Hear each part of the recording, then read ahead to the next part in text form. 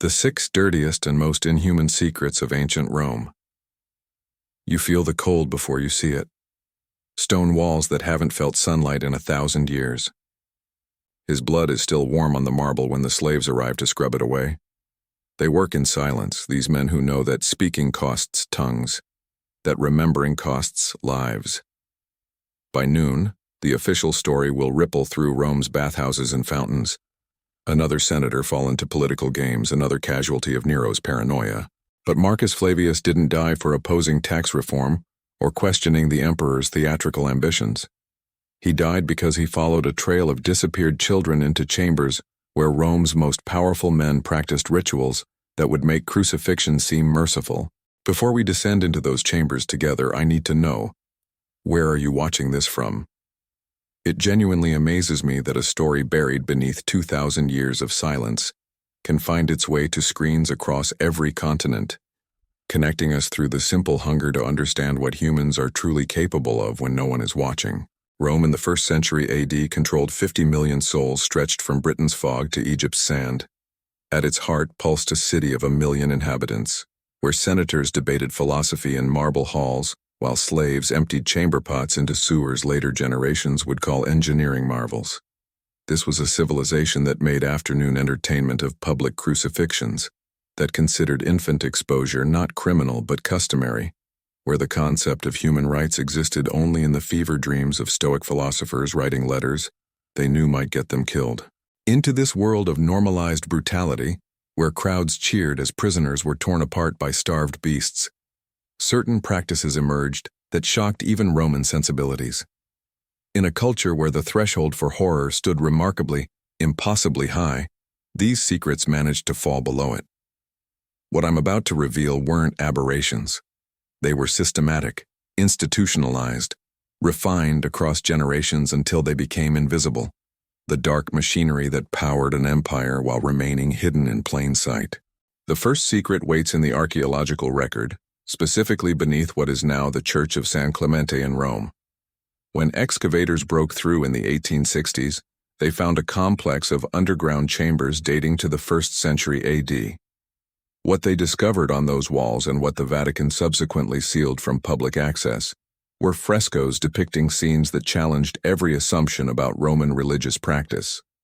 Not the familiar gods of the official pantheon. Something older, something that required children. The trail begins in 64 AD, the year Rome burned.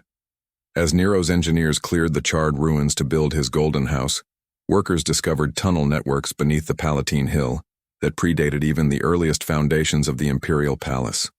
These weren't the well-documented hypogea of the Colosseum or the familiar Christian catacombs. These chambers bore inscriptions in corrupted Etruscan, mixed with Latin, describing rituals to entities whose names appear in no official record. Gods, if that word even applies, that Rome inherited from civilizations it had conquered and then carefully erased from public memory while preserving them in private worship. A papyrus fragment discovered in 1923 at Herculaneum's Villa of the Papyri contains a letter from one Gaius Vetus Valens to his brother in Alexandria, dated approximately 71 AD. In careful Greek meant to avoid casual understanding, Vetus describes attending the deepest mysteries beneath Rome, where those who rule above ground descend to serve older masters. He writes of senators and wealthy merchants gathering in torchlit chambers for rites requiring the participation of children, specifically children of defeated tribal chieftains and enemy nobles captured during military campaigns. These young prisoners, Vetus explains, were kept in underground pens for months, fed on bread soaked in wine mixed with herbs whose names he doesn't recognize, until their eyes took on what he calls the empty look of those who see beyond the veil. On certain nights corresponding to astronomical events that Roman oracles claimed favorable for communion with underworld deities, these children were brought into chambers, carved with symbols that bore no resemblance to anything in Rome's official iconography. What happened in those chambers made the historian Cassius Dio write, nearly a century later, that there were practices in the city that made the cannibalism of distant barbarians seem like the customs of civilized men. Dio never specified what he meant, but his contemporary, the Christian apologist Minucius Felix, provides a haunting clue when addressing Roman accusations against early Christians. They say we practice abominations which they themselves perform in darkness, accusing others of their own secret shames. The practice escalated under Domitian between 81 and 96 AD. Historical records show an unusual pattern during these years. The systematic disappearance of children from noble families in conquered territories, always explained as casualties of war or disease. But a decoded message discovered among the Vindolanda tablets found along Hadrian's Wall suggests something else entirely. The message, sent from a Roman commander in Britain to his superior in Gaul, reads, "The sacred cargo from the Brigantes arrives on the Ides. Ensure the transports reach the eternal city before the winter solstice. The divine Augustus has particular need of untainted blood for the renewal ceremonies." The term renewal ceremonies appears nowhere else in Roman military correspondence, but it surfaces repeatedly in fragments found in the sealed sections beneath San Clemente. And in 1978, renovations at the Palazzo Massimo in Rome uncovered a chamber containing the remains of dozens of children, all bearing evidence of ritual scarring consistent with practices described in the Vetus letter. Carbon dating placed the deaths between 70 and 95 AD. The Vatican claimed the remains for reburial, and the site was sealed with concrete before thorough examination could be completed. The second secret involves what Roman medical texts euphemistically call imperial therapeutics, the systematic use of human flesh and blood as medicine and aphrodisiac among the Roman elite. This wasn't desperate siege cannibalism or mystery cult rituals. This was calculated, medicalized anthropophagy that persisted for centuries at Rome's highest levels. The practice traced its origins to Egyptian medical traditions Rome absorbed after conquering Alexandria in 30 BC. Egyptian physicians had long believed that certain human organs, properly prepared, could transfer the deceased's qualities to the living. Rome's adaptation created a market that would horrify even the most jaded slave trader.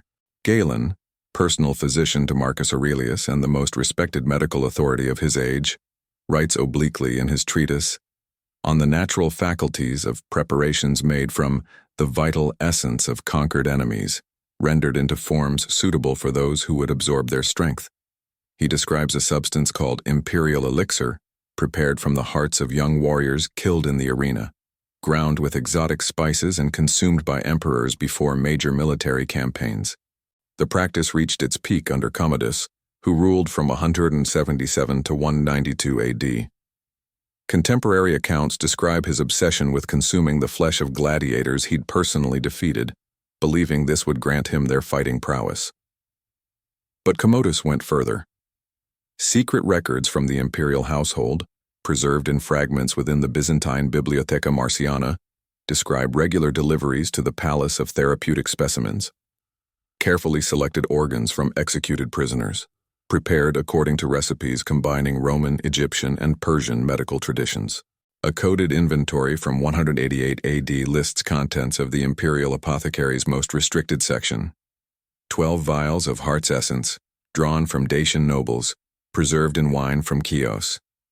6 measures of brain matter from Germanic chieftains, dried and powdered with cinnamon from Ceylon. The liver of a Nubian princess, aged in honey for 7 years. Each entry notes not just the organ and origin, but the perceived spiritual and physical qualities it would impart. Archaeological excavations in Pompeii uncovered evidence that wealthy Romans regularly consumed human blood as epilepsy treatment and ground human bone as cure for male impotence. Carbonized remains in what appears to have been an upscale medical facility show clear evidence of systematic human corpse butchering for medicinal purposes. The victims appear primarily slaves and prisoners, their deaths disguised within the normal casualty rate of Roman urban life. Perhaps most disturbing are accounts of what Roman physicians called sympathetic consumption, the belief that eating specific organs of one's enemies would grant the consumer their victim's knowledge and abilities. Letters between provincial governors describe the practice of executing captured scholars and priests, then consuming their brains in elaborate ceremonies designed to absorb their learning. Rome's conquest of Gaul was followed by systematic hunts for druidic priests, not merely to eliminate political resistance but to harvest what Roman mystics believed was their accumulated wisdom, literally consuming the intellectual property of conquered peoples. The third secret lurks in Rome's underground religious movements, where traditional worship gave way to cults so extreme they made the notorious Bacchanalia seem tame. These weren't the familiar mystery religions of Mithras or Isis, but movements that combined sexual violence, ritual murder, and what can only be described as systematic psychological torture. The cult of Nox Eterna, the eternal night, emerged in Rome around 79 AD, growing from the ashes of traditional religious authority shattered by Mount Vesuvius's eruption. As traditional gods seemed powerless to prevent natural disaster, desperate Romans turned to deities promising power through darkness rather than light through virtue. The cult's practices, documented in bronze tablets discovered beneath the Pantheon's foundations in 1885, involved what they called the Great Inversion, rituals designed to reverse natural order and grant participants dominion over death itself. These ceremonies required the participation of individuals representing different social classes, senators, slaves, soldiers, and civilians, all brought together in underground chambers for rites lasting days. The tablets describe preparatory rituals involving sensory deprivation and hallucinogenic substances extracted from plants imported from the empire's furthest reaches. Participants were kept in absolute darkness for weeks, fed only bread and water laced with compounds modern analysis suggests included ergot fungus and processed opium derivatives. By the time they were brought to ceremonial chambers, witnesses report many had lost the ability to distinguish reality from hallucination. What followed pushed the boundaries of human cruelty. The cult's central ritual involved the slow torture of captured enemies while participants consumed their blood and sexual fluids, believing this would grant power over life and death. But the ultimate purpose wasn't mere sadism, it was transformation.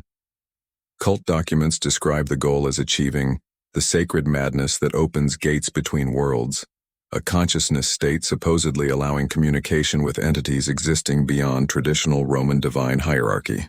Imperial involvement reached its zenith under Emperor Caracalla, who ruled from 211 to 217 AD. Historians like Cassius Dio record Caracalla's obsession with magic and consultation with foreign sorcerers, practicing arts that even Eastern mages would find abhorrent. What emerges from coded references in contemporary letters is Caracalla's participation in rituals combining the cult of Nox Eterna with military conquest. Before major campaigns, Caracalla would retreat to underground chambers beneath the Palatine Hill, accompanied by captured enemy nobles and their families. What transpired during these sessions remains largely hidden, but the aftermath was documented. Dio writes of prisoners returned to their cells, changed in ways that made death seem merciful, their minds shattered by experiences that left them capable only of repetitive whispered prayers to entities whose names cannot be rendered in human speech. The fourth secret involves Rome's systematic biological warfare, practices anticipating modern chemical and biological weapons by nearly 2 millennia.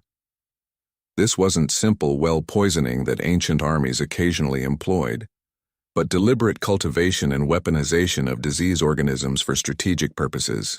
The practice began during the Jewish Wars of 66-73 AD, when Roman engineers discovered certain conditions could accelerate plague spread among besieged populations. Initially, this knowledge emerged from observation, noting how overcrowded conditions and contaminated water could turn minor illnesses into devastating epidemics. But under the direction of military physicians trained in Alexandria, these observations evolved into systematic techniques. A papyrus fragment from Oxyrhynchus dating to approximately 97 AD contains what appears to be a military manual for siege operations.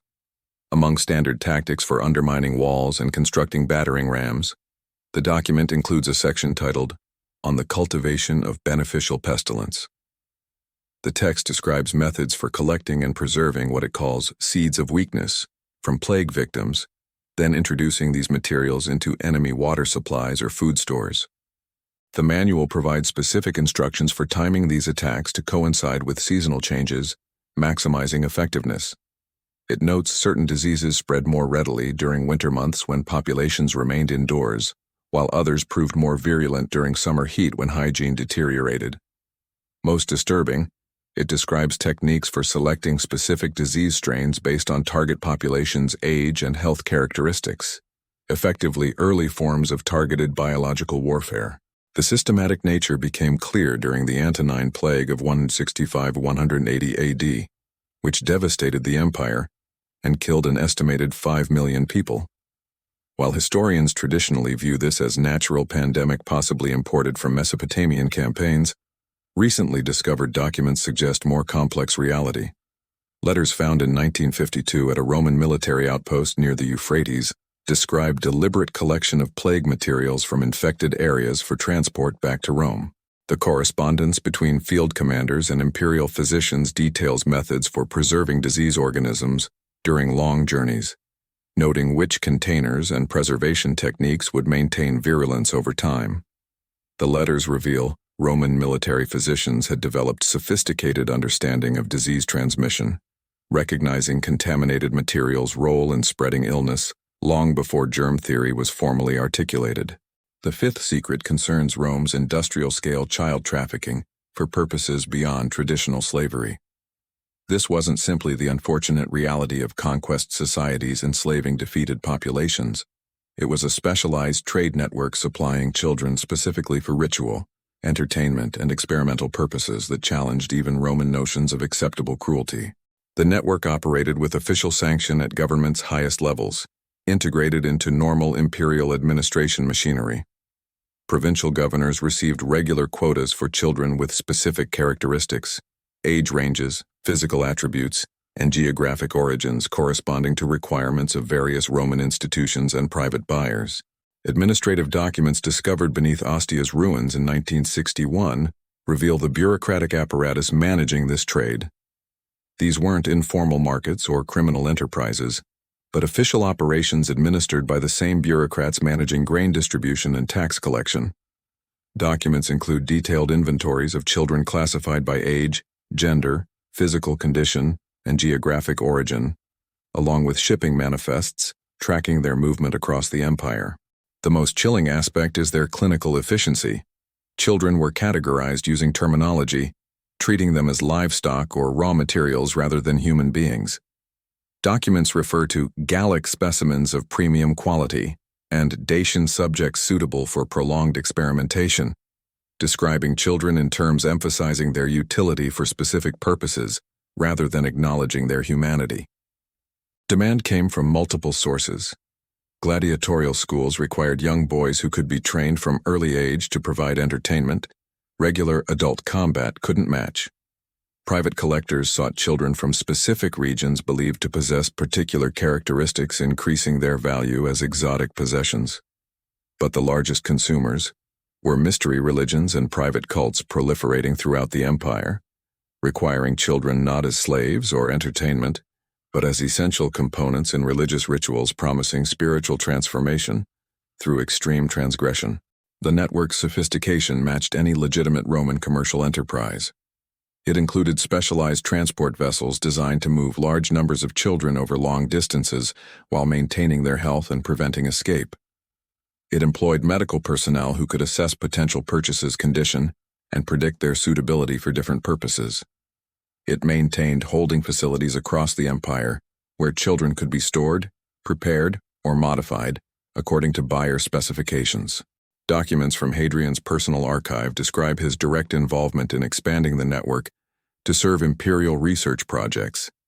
Hadrian, remembered by history as cultured builder and administrator, personally authorized establishment of what he called developmental facilities, where children from different ethnic backgrounds could be subjected to controlled conditions designed to study human psychological and physical adaptation.